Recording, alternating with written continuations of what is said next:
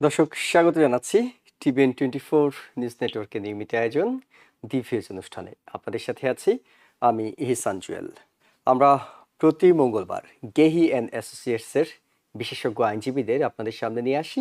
বিভিন্ন বিষয়ভিত্তিক প্রশ্নের উত্তর দিয়ে থাকেন, আইনি পরামর্শ তারা দিয়ে থাকেন। আজকেও যথারীতি গেহি অ্যান্ড অ্যাসোসিয়েটসের দুজন আইনজীবী আমাদের সাথে যুক্ত হচ্ছেন। গেহেন অ্যাসোসিয়েটসের অ্যাটর্নি রাঞ্জা বোস, একই সঙ্গে প্রতিষ্ঠানটির প্যারালিগাল সৈয়দ নাসরুল্লাহ আসিফ মুর্তজা। আপনাদের দুজনকেই স্বাগত জানাচ্ছি। এবং দর্শক, আপনাদের সুবিধার্থে জানিয়ে রাখি, আমরা আজকে কথা বলবো যারা আমেরিকায় বিভিন্নভাবে আশ্রয় প্রার্থনা করেছেন, অর্থাৎ অ্যাজাইলাম সিক করেছেন, তাদের বর্তমান পরিস্থিতি, আইনি কি ধরনের প্রতিবন্ধকতা তারা ফেস করছেন এবং সেগুলো থেকে কিভাবে সমাধান আসা যেতে পারে। আমাদের টেলিভিশন স্ক্রিনে যে নাম্বারটি আমরা দেখাচ্ছি, এই নাম্বারে টেলিফোন করে আপনিও যে কোনো আইনি পরামর্শ চাইতে পারবেন। অনুষ্ঠানটি টিভিএন 24 এর ফেসবুক পেজে সরাসরি সম্প্রচার হচ্ছে, সেখানেও কমেন্টসে গিয়ে আপনারা যে কোনো প্রশ্ন করতে পারবেন, আমাদের বিশেষজ্ঞ আইনজীবীরা উত্তর খুঁজে দেওয়ার চেষ্টা করবেন। তবে একেবারে শুরু করার আগে একটি বিষয় জানাতে চাই, আর মাত্র 2 ঘন্টা আপনার হাতে সময় আছে, কারণ আপনারা অনেকেই জানেন যে আজকে নিউ ইয়র্ক স্টেট জুড়ে ডেমোক্রেটিক প্রাইমারির ভোট গ্রহণ হচ্ছে, একেবারে চূড়ান্ত ভোট গ্রহণ হচ্ছে। আজকে সকাল 6টা থেকে শুরু হয়েছে, রাত 9টা পর্যন্ত ভোট দেওয়া যাবে। এবং এই ভোটে আপনার পছন্দের প্রার্থীর পাশাপাশি 5জন বাংলাদেশি আছেন যারা অ্যাসেম্বলিম্যান হিসেবে নির্বাচনে প্রতিদ্বন্দ্বিতা করছেন। বেশ শক্তভাবে তারা প্রতিদ্বন্দ্বিতা করছেন, কিন্তু তারা জিততে পারবেন শুধুমাত্র আমাদের দর্শক যারা, অর্থাৎ বাংলাদেশি কমিউনিটি যারা ভোটার রেজিস্টার্ড ডেমোক্রেট হিসেবে আপনি নিবন্ধন করেছেন, তারা তাদের একটি ভোট তাকে জেতাতে পারবে। তাই হাতে 2 ঘন্টা সময় আছে। আমরা অনুরোধ করব, যারা দেখছেন এখনো যদি ভোট না দিয়ে থাকেন, অবশ্যই এই ডেমোক্রেটিক প্রাইমারিতে আপনার পছন্দের প্রার্থীকে ভোট দিন। যে 5জন বাংলাদেশি অ্যাসেম্বলিম্যান হিসেবে দাঁড়িয়েছেন তাদেরকে ভোট দিন। এটি আমাদের জায়গা থেকে আমাদের অনুরোধ। আপনারা আপনাদের মতো করে সিদ্ধান্ত নিতে পারবেন। আমরা আলোচনায় চলে যাচ্ছি। অ্যাটর্নি রাঞ্জা বোস, অ্যাজাইলাম প্রক্রিয়াটা একটা আতঙ্কের বিষয় হয়ে দাঁড়িয়েছে, বিশেষ করে যখনই প্রেসিডেন্ট পরিবর্তন হয়েছে, নতুন প্রেসিডেন্ট এসেছেন, তিনি বেশ কিছু এক্সিকিউটিভ অর্ডার দিয়েছেন, বেশ কিছু নিয়ম করেছেন, আইন করেছেন। এসবের কারণে এটি আগে থেকে অনেক কঠিন হয়েছে। পরিবর্তনগুলো যদি একটু শুনি, অর্থাৎ এই 1 বছর 1.5 বছরের মধ্যে আগের পরিস্থিতির চেয়ে কি এমন পরিস্থিতি নতুন তৈরি হলো? হ্যাঁ, তো আমি অ্যাসাইলামের ব্যাপারে কথা বলবো, কিন্তু আমি অ্যাড করব কটা জিনিস বন্ডের ব্যাপারে।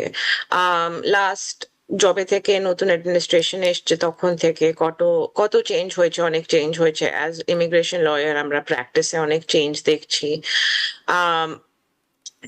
বন্ড নিয়ে ওয়ান অফ দ্য বিগ, সব থেকে বড় জিনিস দেখছি কি, আপনি যদি রিসেন্টলি ইডব্লিউআই মানে বর্ডার হপ করে আসেন, তাহলে আর আপনাকে ডিটেইন করা হয়, এসেনশিয়ালি আপনি হচ্ছে ইনএলিজিবল ফর বন্ড।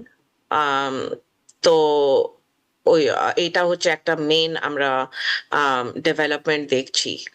আরেকটু কি বন্ড আমরা পরিষ্কার ফাইল করবেন করি, বিষয়টি? বানাই আমরা আরেকটু লিগ্যাল কি পরিষ্কার আর্গুমেন্ট। করবেন বিষয়টি? হ্যাঁ গো। বিষয়টি কি আরেকটু পরিষ্কার করবেন, অর্থাৎ আরেকটু বিস্তারিত? হ্যাঁ, তো বন্ড হচ্ছে যখন কেউ মানে আপনাকে ইমিগ্রেশন বা আইস ডিটেইন করে ফেলে, আপনি আর কোনো আনডকুমেন্টেড আছেন, আর আপনাকে ডিটেইন করে ফেলেন, there is a provision bond. Bond হচ্ছে কোনো ডিটেনশনেরই একটা বন্ড পোস্ট করা যায়। It works the same way. আপনি একটা আর্গুমেন্ট বানাবেন কি, দেখুন এই যে মানুষ, সে কোনো ফ্লাইট রিস্ক না, কোনো কিছু খারাপ কাজ করেনি, আর সে নিজের ইমিগ্রেশন হিয়ারিং অ্যাটেন্ড করবে, সেই একটা আর্গুমেন্ট বানিয়ে বন্ড করা যায় কি। আর হুম। একটা ফ্যামিলি মেম্বার থাকা উচিত যে নিজের বন্ডটা নট ফ্যামিলি মেম্বার, কেউ একটা থাকা উচিত যে who is willing to pay the bond. আর বন্ড ইজ বেসিক্যালি ওরা ওই টাকাটা রাখবে to okay. Make sure that hmm. আপনি অ্যাবসকন্ড করেন না, ইমিগ্রেশন কোর্ট হুম। রিয়েলি হিয়ারে hmm. Hmm. Hmm. Hmm. Attend করেন। তো sure. That is a bond process. তো আগে কি হতো, যদি কেউ ইডব্লিউআই, যেটা আমরা এন্ট্রি উইদাউট ইন্সপেকশন বলি, মানে বর্ডার ক্রস করে আসা, ওটাকে এন্ট্রি উইদাউট ইন্সপেকশন, শর্ট ইডব্লিউআই যেটা আমরা বলি, সেটা আগে যদি আপনি ইডব্লিউআই করে এসছেন, রিসেন্টলিও যদি এসছেন, there was a possibility of bond. কি প্লিজ স্পেশালি ওয়ার্ক পারমিট থাকলে ফ্যামিলি পার্সন হলে পসিবিলিটি থাকতো, কিন্তু এখন আন্ডার ম্যাটার অফ কিউলি আর matter of Yajure Hurtado essentially impossible হয়ে গেছে যদি কেউ ইডব্লিউআই করে এসছে রিসেন্টলি স্পেশালি। এটা হচ্ছে বন্ডের মেন ডেভেলপমেন্ট আমরা দেখেছি। কিন্তু নর্মাল আপনি যদি কোর্টেও থাকেন, অ্যাসাইলামেরও আমরা কিন্তু কটা ডেভেলপমেন্ট দেখেছি। অ্যাসাইলাম কোর্ট ইউজুয়ালি হিয়ারিং দুটো টাইপ হয়, মাস্টার হিয়ারিং আর ইন্ডিভিজুয়াল হিয়ারিং। আগে মাস্টার হিয়ারিং অব্দি একটা যদি অ্যাসাইলাম অ্যাপ্লিকেশনটা থাকতো পুরো প্রপারলি ফিল্ড আউট এভিডেন্স নিয়েও থাকতো না, ইট ওয়াজ ওকে। কিন্তু এখন দুটো ল এসছে, matter of half and matter of car. ওটার মধ্যে পুরো আপনার যে অ্যাসাইলাম অ্যাপ্লিকেশনটা আছে 589 ফর্ম যেটা বলে, ওটা আপনার মাস্টার হিয়ারিং এর আগে কিন্তু প্রপারলি ফিল্ড আউট হওয়া উচিত, ইনক্লুডিং আপনার যে লাস্ট ফিউ পেজেস যে স্টেটমেন্টটা দিতে হয়, ওটার মধ্যে কিন্তু আপনাকে একটা ব্রিফ স্টেটমেন্ট দিতে হবে, ভালো করে এক্সপ্লেন করতে হবে। আর এখন আমরা আর একটা চেঞ্জ দেখছি, আপনি যদি একটা প্রাইমা ফেসি কেস না দেখেন, প্রাইমা ফেসি মানে অন দ্য সারফেস আপনি যদি একটা ভালো কেস না দেখেন, তাহলে কিন্তু আপনাকে মাস্টার হিয়ারিং এই প্রি টার্মিট করে দিচ্ছে, প্রি টার্মিট মোশন বানাচ্ছে। প্রি টার্মিট মানে ফাইনাল হিয়ারিং এর আগেই আপনাকে ডিনাই করে দেবে অ্যাসাইলামটা, because okay. On the face itself is not sufficient legally. Okay. এইটা আমরা একটা দেখছি। আর রিসেন্টলি আর একটা আমরা লাস্ট দিনের মধ্যেই ডেভেলপমেন্ট দেখেছি কি এক্সপেডাইটেড রিমুভাল কদিনের জন্য স্টপ ছিল ডিস্ট্রিক্ট কোর্টের থেকে, কিন্তু এখন US court of appeals overturn করে দিয়েছে অ্যান্ড অ্যাডমিনিস্ট্রেশন ওরা আবার করতে পারছে expedited removal. Expedited removal firstly is just a process কি সবকিছু তাড়াতাড়ি টাইম ইউজুয়ালি দেওয়া হয় না, একটা ডিফারেন্ট প্রসেস হয় আর ডিটেন্ড হয়।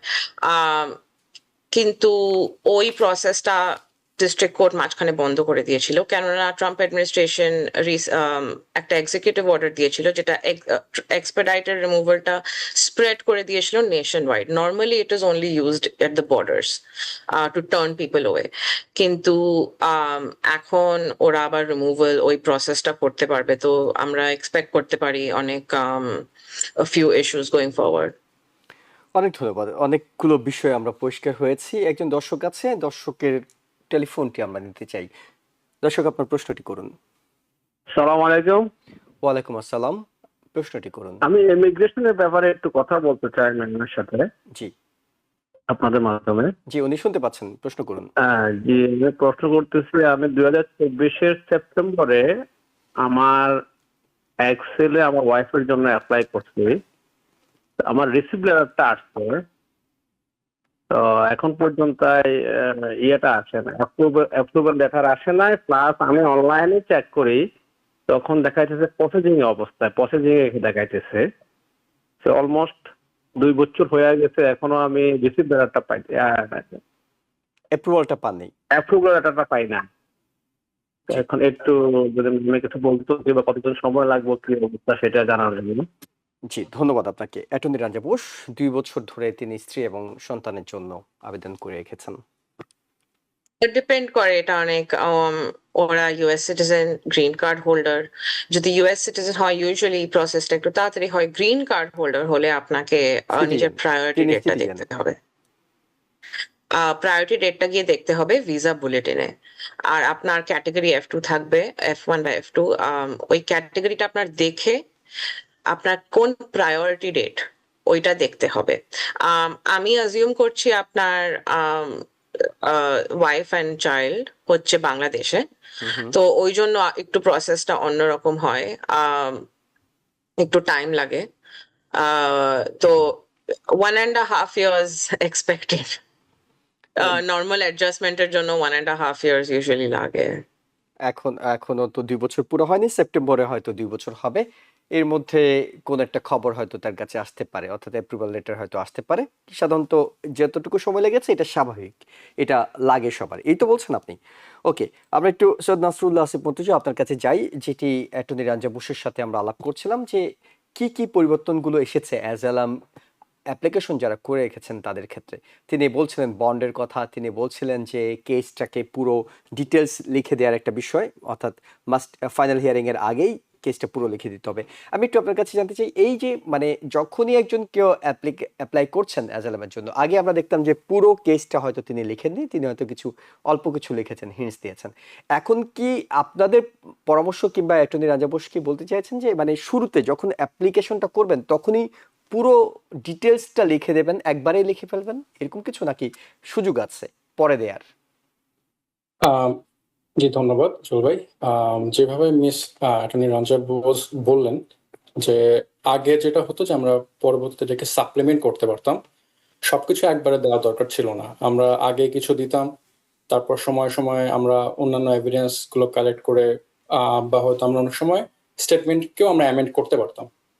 বাট অ্যাটর্নি রঞ্জা বোস যেটা বললেন যে রিসেন্টলি যে কেসগুলোর উনি রেফারেন্স দিলেন ওগুলো অনুযায়ী আসলে এটা একটা এখন মানে প্রথম স্টেজেই এটা ডিটারমিনেশন হয়ে যাচ্ছে। এটা তারা নির্ণয় করে ফেলছে যে তারা এটা নিয়ে কি সামনে আরো আগাবে নাকি এখানে সেটাকে ডিসমিস করে দিবে বা মোশন টু টার্মিনেট করে দিবে।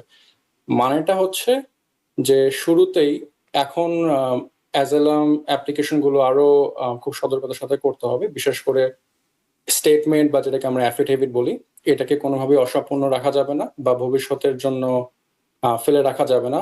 ইভেন আমাদের ল ফার্ম হিসেবে মিস অ্যাটর্নি রাঞ্জা এটাই সাজেস্ট করবেন যে এভিডেন্স এবং সবকিছু যত এভিডেন্স আছে, যত ডকুমেন্টেশন আছে, ব্যাকগ্রাউন্ড কান্ট্রি কন্ডিশন থেকে শুরু করে পুরো প্যাকেজটাকে একবারে যেন ফাইনালাইজ করে তারপরে সাবমিট করা হয়, সেটাই হচ্ছে সব বেস্ট কোর্স হবে এই মুহূর্তে। ধন্যবাদ আপনাকে। অ্যাটর্নি রাজা বোস, আপনার কাছে প্রশ্ন করতে চাই, সেটা হলো যারা এখন অ্যাজালাম অ্যাপ্লিকেশন করছেন, মানে একটা তো সময় ছিল যে আগে আপনাকে ডাকার জন্য অনেক লম্বা সময় লাগতো যেহেতু ব্যাকলগ ছিল। কেউ কেউ বলছেন যে এই সময়টাতে অর্থাৎ 2024-এর পরে এসে যারা আবেদন করছেন তাদের অ্যাপ্লিকেশন করার সাথে সাথে খুব দ্রুত এখন তাদেরকে ডাকা হচ্ছে।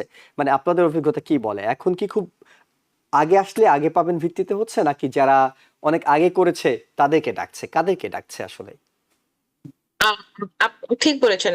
আমরা অনেক দেখছি কি রিসেন্ট অ্যাপ্লিকেশন ওরা কিন্তু প্রসেস করছে, অনেক যেইগুলো পড়ে রয়েছে অনেক বছর ধরে ওইগুলো মানে slow moving still.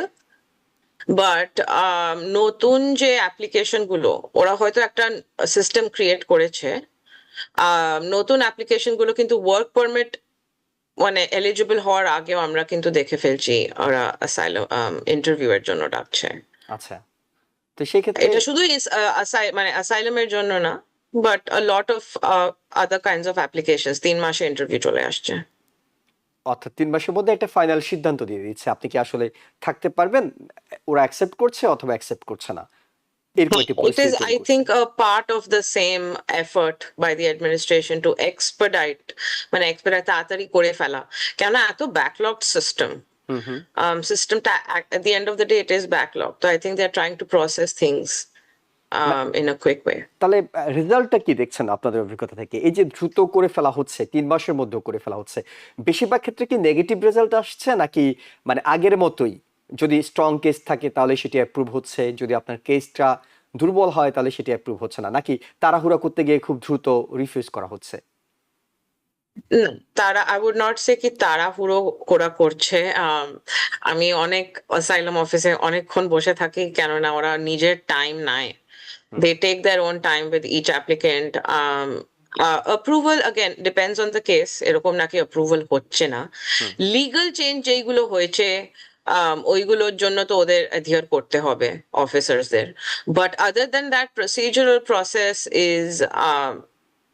is pretty much similar. ওরা time নিচ্ছে। But approvals of course দেখছি কেসের উপর ডিপেন্ড করে। ওয়ার্ক পারমিটের কথা আপনি বলছিলেন যে অনেকের ওয়ার্ক পারমিটের আগেও ডাকছে, এখন কি ওয়ার্ক পারমিট আগে নেমে আসছে নাকি দেরি হচ্ছে, কিংবা তারা অনেক কিছু যাচাই বাছাই করে তারপর ওয়ার্ক পারমিট দেওয়ার সিদ্ধান্ত নিচ্ছে? ওয়ার্ক পারমিটের অ্যাকচুয়ালি এখন অনেক টাইম লাগে, hmm hmm. At least 12 to 13 months 13 লাগছে। মান্থস 13 months লাগছে 765 এর জন্য। ওকে।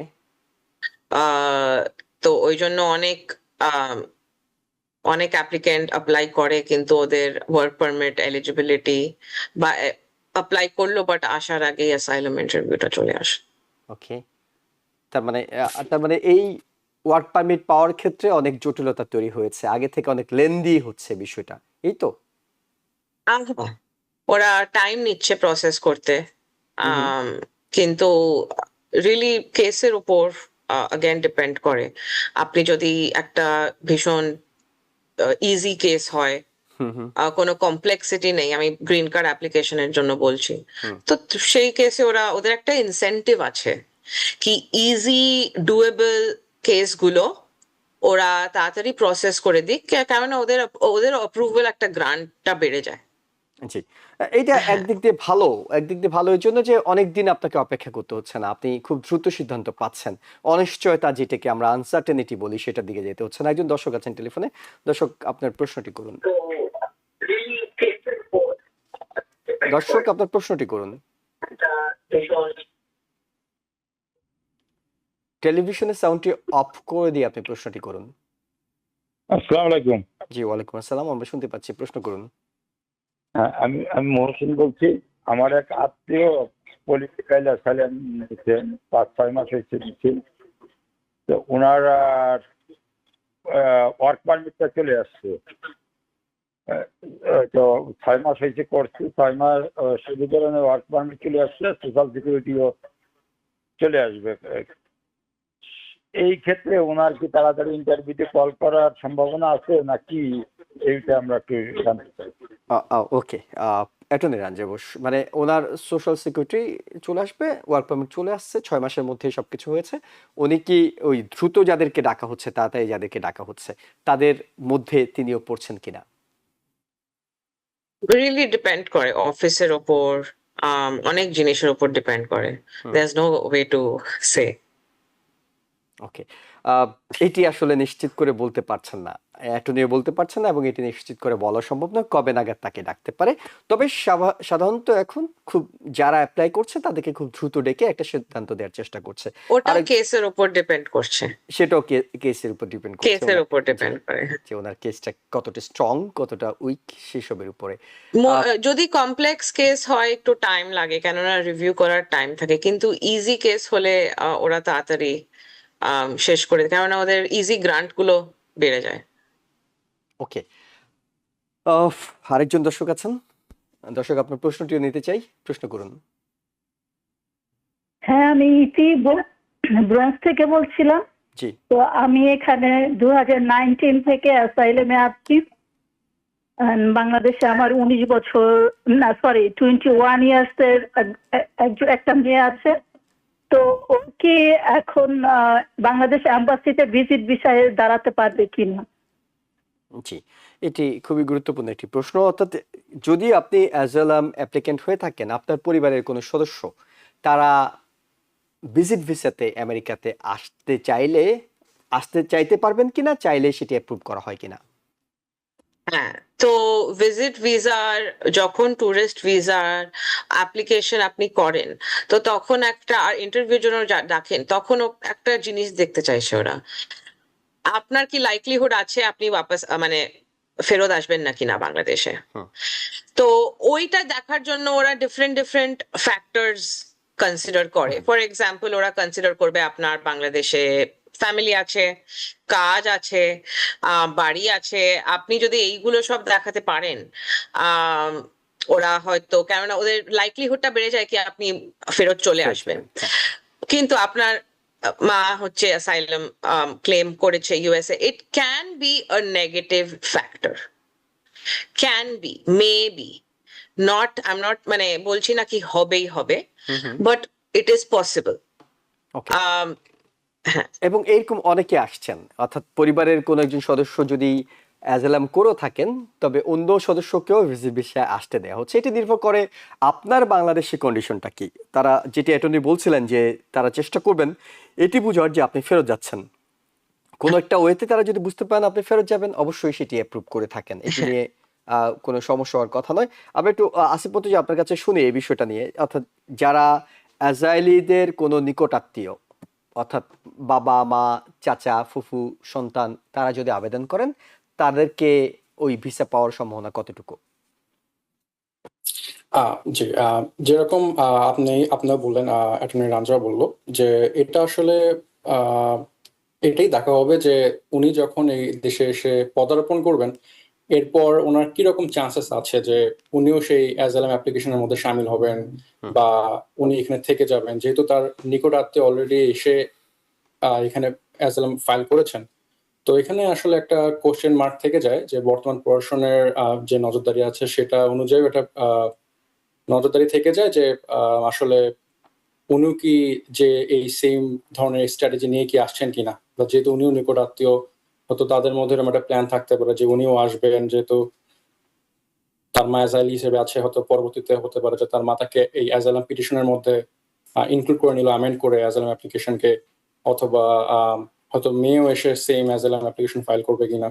তো এই জিনিসগুলো আসলে ওরা দেখতে পারে, বাট তার মানে এই না যে একেবারেই যে সম্ভাবনা হবে না। নেই এটা বলা। এটা মানে অ্যাটর্নি রাঞ্জা যেভাবে বললেন যে মেবি, সো মেবি মানে হচ্ছে সম্ভাবনা থাকতে পারে। আবার হতে পারে যে যদি সে এস্টাবলিশ করতে পারে যে না, সে এসে আবার ফেরত আসবে, হুম হুম। বাংলাদেশের তার অনেক তার রেসপন্সিবিলিটিস কমিটমেন্ট আছে, তার ব্যাংক অ্যাকাউন্ট, তার অন্যান্য সম্পর্ক সবকিছু মিলে যদি সে যে আসবে সে এস্টাবলিশ করতে পারে যে সে ফেরত আসবে, তাহলে কোনো সমস্যা হয়তো হওয়ার কথা না। জি, আশা করি দর্শক আপনার প্রশ্নের উত্তরটি পেয়েছেন। আমরা একটা ছোট্ট বিরতিতে যাচ্ছি, বিরতি থেকে ফিরছি, আমাদের সঙ্গে থাকুন। দর্শক আবারও স্বাগত জানাচ্ছি দিভিউজ অনুষ্ঠানে। আমাদের সাথে অতিথি হিসেবে যুক্ত আছেন গেহি অ্যান্ড অ্যাসোসিয়েটস এর অ্যাটর্নি রাঞ্জা বোস এবং গেহি অ্যান্ড অ্যাসোসিয়েটস এর প্যারালিগাল সৈয়দ নাসরুল্লাহ আসিফ মুর্তজা। আপনাদের দুজনকে আবারও স্বাগত জানাচ্ছি। রাঞ্জা বোস, একেবারে স্পেসিফিকলি আপনার কাছে জানতে চাই, যে আতঙ্কগুলো ছড়িয়েছে, বিশেষ করে এখন যদি কোনো অবৈধ, মানে যেটি এখনকার সমাজে বলা হচ্ছে আনডকুমেন্টেডকে আইস গ্রেপ্তার করে আটক করে থাকে, সেই ক্ষেত্রে তার তার জন্য একজন অ্যাটর্নি হিসেবে আপনাদের কি কি করার সুযোগ রয়েছে? হ্যাঁ, তো it really depends on their case. Hmm. কত দিনের জন্য আছে, ওদের হোম কান্ট্রি কি, ওদের স্টোরি কি, কোনো ফ্যামিলি মেম্বার্স আছে নাকি না, রিয়েলি কেস বাই কেস দেখে আমরা একটা প্ল্যান দিতে পারি। ওই জন্য আমরা একটা ফ্রি কনসালটেশন অফার করি গেহি অ্যান্ড অ্যাসোসিয়েটস এ। হুম হুম। আপনি আসুন, আমরা আপনাকে অ্যাটলিস্ট বলতে পারবো কিছু আপনার জন্য করতে পারি নাকি না, but it really case by case basis. মানে তাদের জন্য কি করা সম্ভব হয় সাধারণত, বা যদি আটক করে ফেলে, ডিপোর্ট করতে চায় কিংবা ডিটেনশনে নিয়ে যায়, সেক্ষেত্রে কি তাদেরকে ছাড়ানো সম্ভব হয়? again আমি রিয়েলি ডিপেন্ড করে কত হুম হুম। দিনের জন্য আছে। অনেক দিন, ধরো অনেক দিনের জন্য আছে, ভিজিট ভিসায় ঢুকেছিল অনেক দিন আগে, হুম। ফ্যামিলি আছে, অনেক জিনিস আছে, কোনো ক্রাইম নেই, আহ তা সেই কেসে পসিবল বন্ড, আমি যেরকম মেনশন করলাম, বন্ড করা। বাট যদি কেউ রিসেন্টলি ঢুকেছে আর ইডব্লিউআই করেছে, তাহলে অনেক লাইকলিহুডটা কমে যায়। ওকে, ওকে।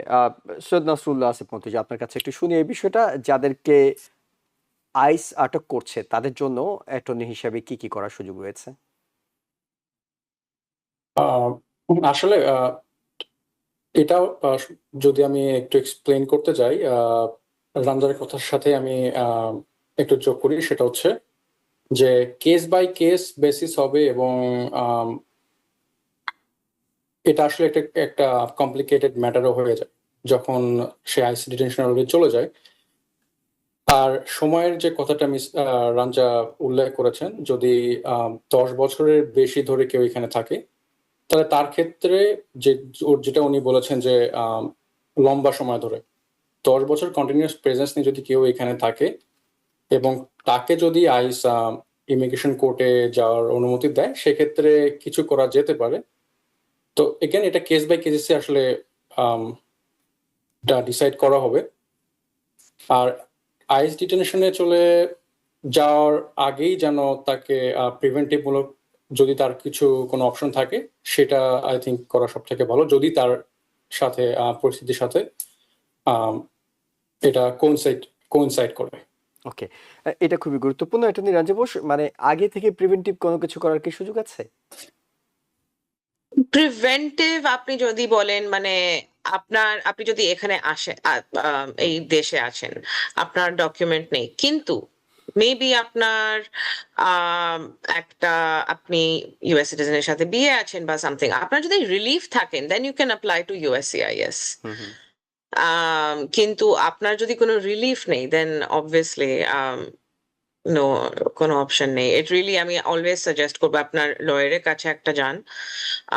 আপনার সিচুয়েশনটা বলে অ্যাটলিস্ট আপনি জানতে পারবেন, you will know for sure hmm hmm. কি আপনার আছে নাকি না কোনো। শিওর।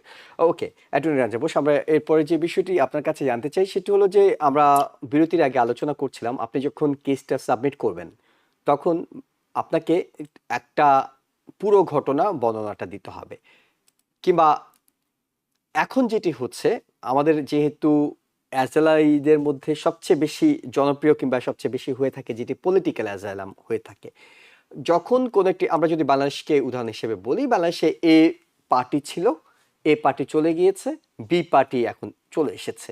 আপনি এ পার্টির ব্যাপারে পলিটিক্যাল অ্যাজাইলাম করে রেখেছিলেন, এখন তো বি পার্টি চলে এসেছে। এই ক্ষেত্রে আপনি যদি এখন পুরো কেসটা একেবারে উল্টে দিয়ে, অর্থাৎ আপনি বললেন যে বি পার্টিও আপনার সমস্যা, মানে এই ধরনের বিষয়গুলো কি ইউএসসিআইএস অ্যাকসেপ্ট করছে? এটাও অ্যাগেন কেস বাই কেসের উপর ডিপেন্ড করছে। আম, কোনো হয়তো আপনার পলিটিক্যাল ইস্যু আছে বাট আপনার কোনো maybe religious, maybe ethnic, maybe gender নিয়ে কোনো ইস্যু আছে, এইগুলো নিয়ে ইস্যু থাকলে usually it is possible, but purely political হলে আর আপনি পুরো চেঞ্জ করে ফেললেন স্টোরিটা, তাহলে তো it is very difficult for the officer to believe কি আপনি যেটা বলেছেন সেটা ঠিক। লটা হচ্ছে কি এখন চেঞ্জড কান্ট্রি কন্ডিশনস, মানে কান্ট্রি এর কন্ডিশন চেঞ্জ হয়ে গেছে, ওই জন্য এখন পুরো অ্যাপ্লিকেন্টকেই প্রুভ করতে হবে কি even with this change country condition ওদের স্টিল আন্ডার যা বলেছিল still legally they will still be persecuted. তো এটার মধ্যে যদি পুরো স্টোরিটা চেঞ্জ হয়ে যায়, it's very difficult for the officer to believe কি অর্থাৎ আপনি যেটা ফার্স্ট টাইম বলেছিলেন সেটা ঠিক। অর্থাৎ প্রাসঙ্গিক থাকতে হবে, আগের কেসটার সঙ্গে একটা কানেকশন থাকতে হবে। হ্যাঁ, জাস্ট নট জাস্ট কানেকশন, একটা মানে লিগালি একটা মানে লিগালি ভ্যালিড আর্গুমেন্ট থাকতে হবে। ওই জন্য আমরা অ্যাজ লয়ার্স আমরা উই কুড সি কি কোনো একটা লিগাল বেসিস আছে নাকি না, কি আপনার প্রেজেন্ট পলিটিক্যাল কন্ডিশনেও ইস্যু হবে। কিন্তু আপনি তো আগে হয়তো কমপ্লিট একটা কেস সাবমিট করেছিলেন, সেখানে আপনি এখন নতুন করে যখন একটা কেস সাবমিট করতে যাবেন, ইস্যু থাকবে, সেটি নিয়ে কি হ্যাঁ, কোনো প্রশ্ন হবে নাকি তারা, আপনি বলতে পারবেন যে একটা পরিস্থিতি চেঞ্জ হয়েছে বলে আমি এটা করেছি? অফকোর্স আপনি এক্সপ্লেন করতে পারবেন। আহ, আপনার কোর্টেও আর আপনার ইউএসসিআইএসও একটা অপরচুনিটি দেবে ওরা কি দেখুন আপনার সিচুয়েশনটা চেঞ্জ হয়ে গেছে, এখন কি প্রবলেম হবে হুম। আপনি যদি ফেরত চলে যান। তো ডেফিনেটলি আপনি একটা অপরচুনিটি পাবেন এক্সপ্লেন করতে। ওকে, দর্শক আছেন টেলিফোনে, দর্শক আপনার প্রশ্নটি করুন। হ্যালো হ্যালো, আসসালামু আলাইকুম। ওয়ালাইকুম সালাম, আমরা শুনতে পাচ্ছি, দর্শক প্রশ্ন করুন। আচ্ছা, আমার F4 আমার বোনের জন্য 2007-এ অ্যাপ্লাই করছি, তো 25-এ ওদেরকে কল করছিল। তো আমার ভাগ্নির একটু বয়স এবং নামের একটু পার্থক্য ছিল, ফাইল করতে একটু ভুল হয়েছিল, তো ওইটা সংশোধনী আমরা দিয়েছিলাম, কিন্তু ওইটা ওরা তেমন একটা ভালো দৃষ্টিতে নেয় নাই। 25-এ সেপ্টেম্বরে তারা এখন আন্ডার ইনভেস্টিগেশনে গেছে আচ্ছা। ঢাকা এম্বাসি। হুম। তো এট দিস টাইম তার মা এবং ছোট বাগিনাটা কোয়ালিফাইড হয়েছে, কিন্তু তার বোনটার একটু কারেকশন ছিল, কারেকশন দেওয়ার কারণে আন্ডার ইনভেস্টিগেশন গেছে F4। তো এখন তার বোনের, আমার বাগনির এই আন্ডার ইনভেস্টিগেশনে অনেক প্রায় গত সেপ্টেম্বর থেকে এই পর্যন্ত আন্ডার ইনভেস্টিগেশন করতে আছে। তো আমার প্রশ্ন হলো অ্যাটর্নির কাছে, and that any kind of the correction, they send the information to the National Visa Center, and when file it was because wrong, but they updated, but Dhaka is not accepting that one. They are going to the under investigation. So at this time, and how long takes the time for investigation, and then my sister and my nephew will getting the chance for the opportunity to getting here by F4. ওকে, দুটো প্রশ্ন। একটা হলো যে এই ইনভেস্টিগেশনটা কতদিন ধরে চলবে? গত বছরের সেপ্টেম্বর থেকে শুরু হয়েছে। দ্বিতীয় প্রশ্ন হলো তার বোন এবং ছোট ভাগনা যেহেতু কোয়ালিফাইড হয়ে গেছেন, তারা প্রবেশে কোনো সমস্যা আছে কিনা? হ্যাঁ, তো যারা কোয়ালিফাইড হয়েছে তাদের কোনো প্রবলেম থাকা উচিত না, ওদের প্রসেসটা চলবে।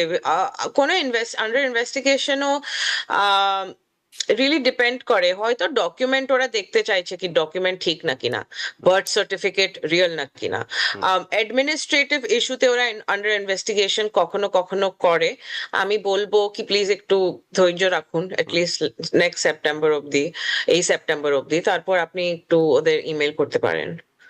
আচ্ছা, আপনি চাইলে লিগালি তাদেরকে ইমেল করে প্রসেসটা জানতে চাইতে পারবেন, অর্থাৎ কোন পর্যায়ে এখন আছে, এটি হ্যাঁ, কি আপনি কারণে ওদের আটকে আছে, কোন কন্ট্যাক্ট পর্যায়ে করতে আছে, পারেন। এইসব বিষয়ে আপনি চাইলে ইউএস এমবাসিতে ঢাকাতেই টেলিফোন করে দেখতে পারেন, ইমেল করে দেখতে পারেন। আরেকজন দর্শক আছেন, আপনি প্রশ্নটি করুন দর্শক। Good afternoon. Good afternoon. A question for the attorney. First of all, your Bengali is extremely sweet. Thank you so much for all the information that you're providing to the Bangladeshis. I'm Veed calling from Bayside. A quick question. Somebody who has a deportation proceeding and wants to leave the country, are the fingerprint? Thank you. G, attorney. Okay. So, if they want to leave the country, they usually can, or they can move through something called voluntary departure. If they're already in proceedings, they just have to submit they can submit something called motion for voluntary departure. But usually Department of Homeland Security tries to have fingerprints. I would suggest go to a lawyer so they can at least file that motion for you.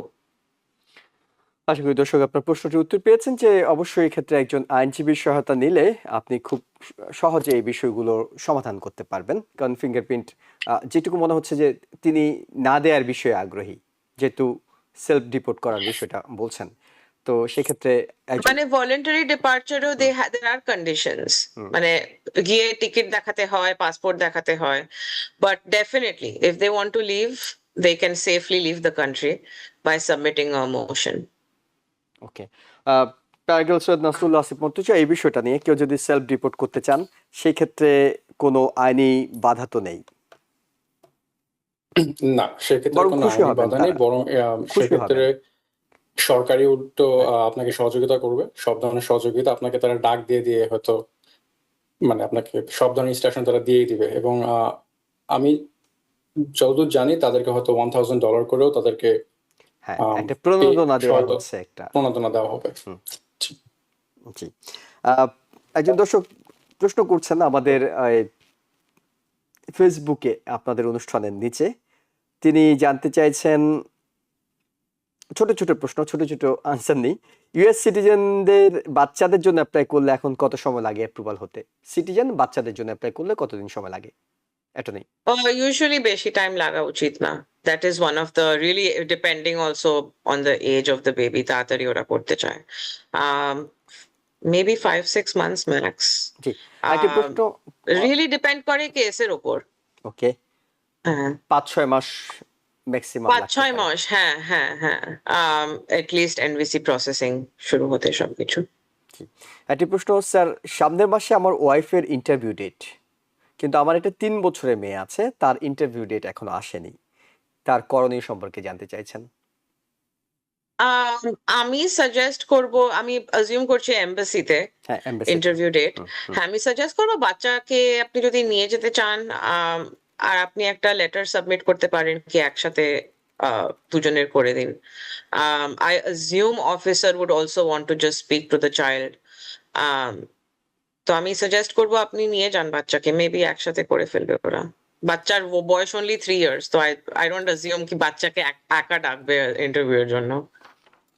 Okay, attorney Ranja Bose, একেবারে শেষের দিকে আছি, তারপর আপনার কাছে কয়েকটি প্রশ্নের answer নেই। যারা অলরেডি অ্যাজাইলাম আবেদন করেছেন, অনেক বছর ধরে আছেন, ওয়ার্ক পারমিট আছে, সেটি রিনিউ করতে গিয়ে কোনো সমস্যায় পড়তে হচ্ছে কিনা? বায়োমেট্রিক্স করতে হচ্ছে আবার, হুম হুম। বাট সমস্যা কোনো হচ্ছে না, they can still renew their work permit. Okay, so তেমন কোনো সমস্যা হচ্ছে না বলে আপনি মনে করছেন। এই মুহূর্তে যারা মানে আনডকুমেন্টেড আছেন, তাদের জন্য কি ধরনের পরামর্শ, অর্থাৎ তারা কতটা আইনি সহায়তা নিতে পারেন, কতটা আতঙ্কের বিষয় আছে তাদের জন্য, কিংবা একজন যারা অ্যাজাইলাম অ্যাপ্লিকেশন করেছেন তিনি এই দেশের নিয়ম কানুন কতটা মেনে চলা কত বেশি গুরুত্বপূর্ণ এটি তার জন্য? অফকোর্স ভীষণ ইম্পর্টেন্ট অলওয়েজ। আপনি যদি কোনো ডিপোর্টেশন প্রসিডিং আছে, আপনার কোনো স্ট্যাটাস শেকি বা আনডকুমেন্টেড, অফকোর্স এক্সট্রা কেয়ারফুল আপনার হওয়া উচিত টু বি কোনো লিগাল ইস্যুতে যান না, কোনো ক্রাইম করুন না, just try to work, live clean. আর প্রসেসটা চলতে থাকবে, ল কিপস চেঞ্জিং, আজকে একটা কালকে একটা, হোপ লুজ করুন না। That's all I can say. Just keep your head low. Process will play out. জি, প্যারাগ্রাফ সৈয়দ নাসরুল্লাহ আসিফ মর্তুজা, একেবারে শেষ পরামর্শটি আপনার দিক থেকে যেটি অ্যাটর্নি দিচ্ছেন, এটি যদি একটু বুঝে বলতেন যে কি কি ধরনের বিষয়গুলো এড়িয়ে যাওয়াটা ভালো, এখন যারা একটু ঝুঁকিতে আছেন কিংবা যারা অ্যাপ্লিকেশন করে রেখেছেন, অন্য কোনো সমস্যা তার নেই। যদি কোনো ক্রিমিনাল ব্যাকগ্রাউন্ড না থেকে থাকে, স্টিল আমি বলবো যে যারাই এখানে অন্যান্য রিলিফ নিয়েছেন, এই মুহূর্তে সবারই উচিত আসলে একজন অ্যাটর্নির শরণাপন্ন হয়ে তারপর তাদের কেসটাকে মুভ করানো। কারণ রিসেন্ট প্র্যাকটিস আমরা যা দেখছি যে অনেক ছোটখাটো বিষয় থেকে অনেক বড় কিছু, অনেক জটিলতা হতে পারে। একটা উদাহরণ হিসেবে আমি বলতে পারি যে কন্ডিশনাল গ্রিন কার্ড রিমুভ করতে যেও এখন অনেক ধরনের সমস্যার সম্মুখীন হচ্ছে, এবং দেখা যায় যে তারা রিমুভাল প্রসিডিং এও তাদেরকে প্লেস করানো হচ্ছে। তো আমি বলবো যে আসলে বর্তমান যে দেশের পরিস্থিতি এবং সবকিছু মিলে, প্রশাসন এবং সবকিছু মিলে আপনারা অবশ্যই সাবধান থাকবেন, এবং যে কোনো পদক্ষেপ নেওয়ার আগে একজন অ্যাটর্নির সাথে অবশ্যই কথা বলবেন। কারণ ইমিগ্রেশন আইন অনেক একটা ভ্যাস্ট, এটার ভলিউম, এটার আয়তনটা অনেক বেশি, এবং অনেক ল, অনেক রুলস, অনেক ভাজে অনেক রুলস অ্যান্ড রেগুলেশন আছে। সো একটা ছেড়ে আরেকটাতে গেলে আসলে হয়তো আমরা নিজেরা মনে করে করতে পারি, বাট হয়তো ওটার কারণেই আমাদের অনেক পিটিশন ডিনাই হয়ে যেতে পারে। তো আপনারা আমাদের কাছেও আসতে পারেন, গেহি অ্যান্ড অ্যাসোসিয়েটস আমাদের জ্যামাইকা অফিসে। We will welcome you and we will definitely try to assist you with whatever we can. Thank you. অনেক ধন্যবাদ আপনাদের দুজনকে, অ্যাটর্নি রঞ্জা বোস এবং প্যারাগ্রাফ সৈয়দ নাসরুল্লাহ আসিফ মর্তুজা, আপনাদের গুরুত্বপূর্ণ সময় এবং মতামতের জন্য। এবং দর্শক, আমরা কিন্তু আপনাদেরকে কোনো আইনি পরামর্শ দিইনি, আমরা যেটি দিয়েছি সেটি হলো তথ্য, অর্থাৎ কোন বিষয়টাতে কি ধরনের পরামর্শ কিংবা কি ধরনের তথ্যগুলো আপনাদের হাতে থাকা দরকার সেগুলো আমরা বলেছি। অবশ্যই আপনি যে কোনো সিদ্ধান্ত নেবেন একজন পেশাদার অ্যাটর্নির সঙ্গে কথা বলে, যিনি আপনার কেস টু কেস দেখে স্পেসিফিকলি আপনাকে সলিউশনটা দিতে পারবেন। আমরা এতক্ষণ পর্যন্ত আপনাদের সেটি জানানোর চেষ্টা করছি। সবচেয়ে বড় কথা, যারা অ্যাজাইলি হিসেবে আছেন কিংবা আবেদন করছেন, আপনাদের জন্য যে পরামর্শটা থাকতে পারে সেটি হলো সৎ থাকুন, অর্থাৎ আপনি সত্য কথা বলুন, সৎ কাজটা করুন, অর্থাৎ কোনো রকম বেআইনি কর্মকাণ্ড থেকে নিজেকে বিরত রাখুন। সেই পথ থেকে সরে এলে আপনি এখানকার অভিবাসীদের জন্য আমেরিকা এটা একটা স্বপ্নের দেশ, এবং এটি যদি আপনি আপনার ব্যাকগ্রাউন্ড, আপনার সবকিছু ঠিকঠাক থাকে, এই দেশ একদিন আপনারও হবে। অনেক ধন্যবাদ আপনাদের সবাইকে।